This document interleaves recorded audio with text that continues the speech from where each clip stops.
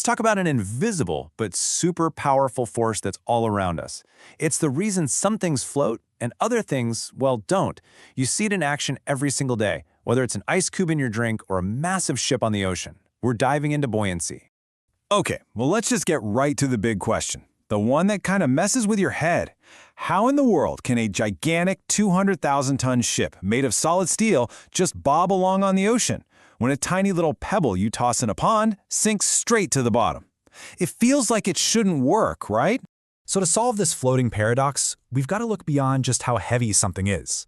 Turns out there's another powerful, unseen force that's always pushing up anytime an object is in a fluid. And yeah, that means in water, but also in the very air around us. And that's our first huge clue. You see, whether something sinks or floats isn't just a one-way street with gravity pulling it down. There is always a counterattack, a force pushing in the opposite direction. And that upward push, it completely changes the game.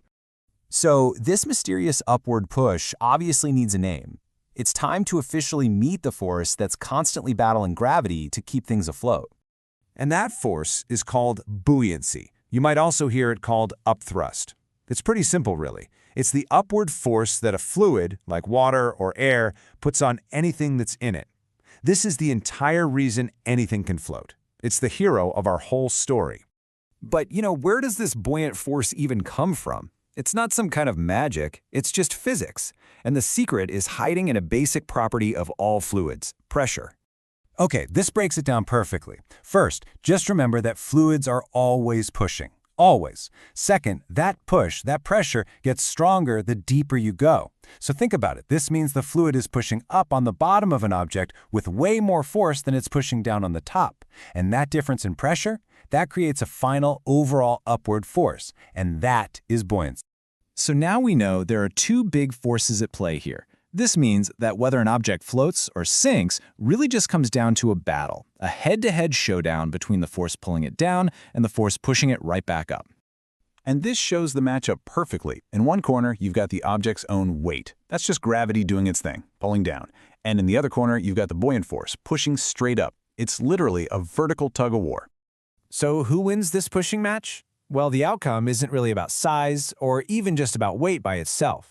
The winner is decided by one absolutely crucial property.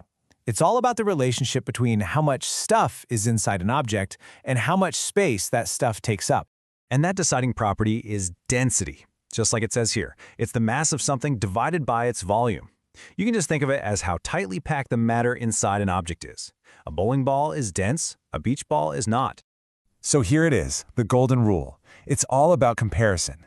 If an object is less dense than the fluid it's in, buoyancy wins the fight, and the object floats. But if the object is more dense than the fluid, its own weight wins the battle, and down it goes. It honestly is that straightforward. All right, now that we know the rule, let's look at how this plays out in the real world. Because once you know what to look for, you'll seriously start seeing buoyancy everywhere. So let's go back to our giant steel ship. A solid block of steel is way, way denser than water, so of course it sinks. But a ship isn't a solid block. It's shaped to be mostly hollow, filled with air. This clever design makes its average density, all that steel plus all that air, less than the density of water. And that's why it floats. The exact same idea explains why ice floats on water, why a helium balloon shoots up through the denser air, and why a life jacket does its job so well. So we figured out what buoyancy is and how it works. But why is it so important to get a handle on this? Well, it turns out this invisible force is the bedrock for some of the most amazing things humans have ever built. I mean, just think about it.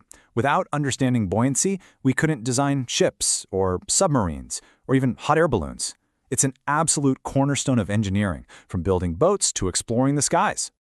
So the big takeaway here is really simple. Floating isn't just about weight, it's all about density. And that leaves us with one last really cool question. You now know why things float. So how does a massive steel submarine manage to both sink and float whenever it wants? We'll leave you to think on that one.